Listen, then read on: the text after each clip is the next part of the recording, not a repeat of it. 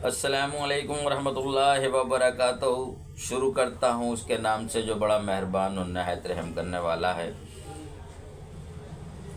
जो इस ब्रह्मांड का रचनाकार है, जो अकेला है, जो हमेशा से है, जो हमेशा रहेगा। दोस्तों, मैं डॉक्टर हसीन फरीदी आपके बीच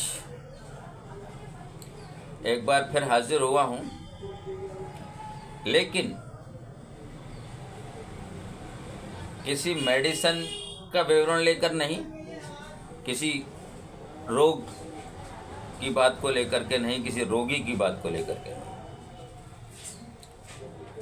मैं तीन खुशियों के साथ, जो कि इलेक्ट्रो होम्योपैथी के लिए है, हाजिर हुआ हूँ। पहला तो ये, और सबसे पहला ये, वैसे तो मुझे बताने की ज़रूरत नहीं है, आप सभी लोगों ने सुन लिया होगा इलेक्ट्रो होम्योपैथिक के जितने भी प्रैक्टिसर हैं कि राजस्थान में इलेक्ट्रो होम्योपैथी को मान्यता मिल चुकी है।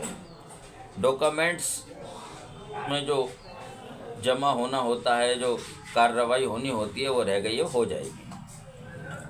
दूसरी बात, इसके बाद अगर किसी सूबे का नंबर है तो वो पंजाब है।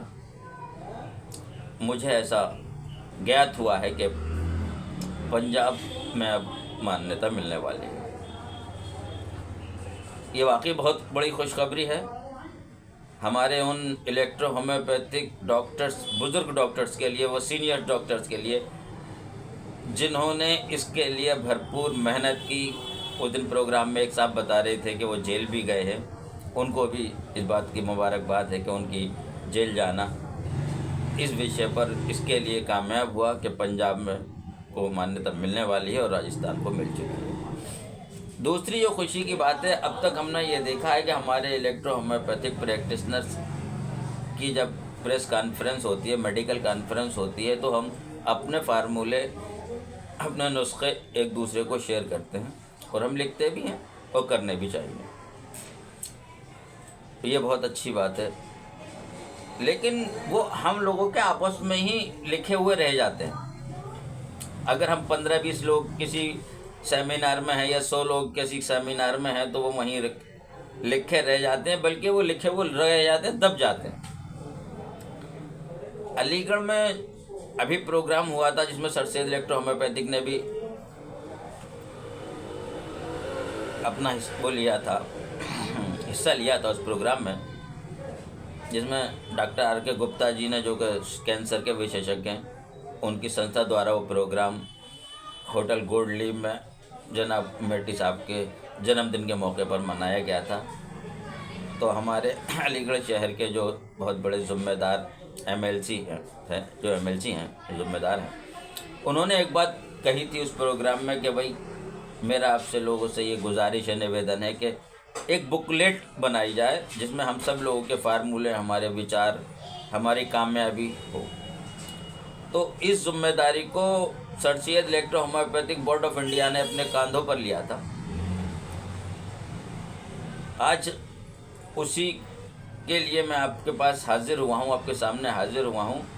उस बुकलेट का फ्रंट पेज बनकर आ चुका है, बुकलेट छपने के लिए तैयार हो चुकी है।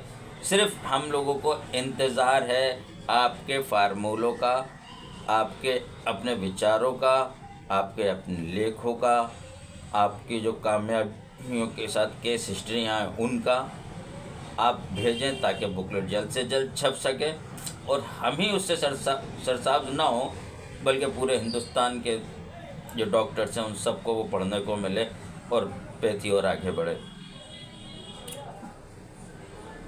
तभी हमारा भारत आगे बढ़ेगा और ज़्यादा आगे बढ़ेगा।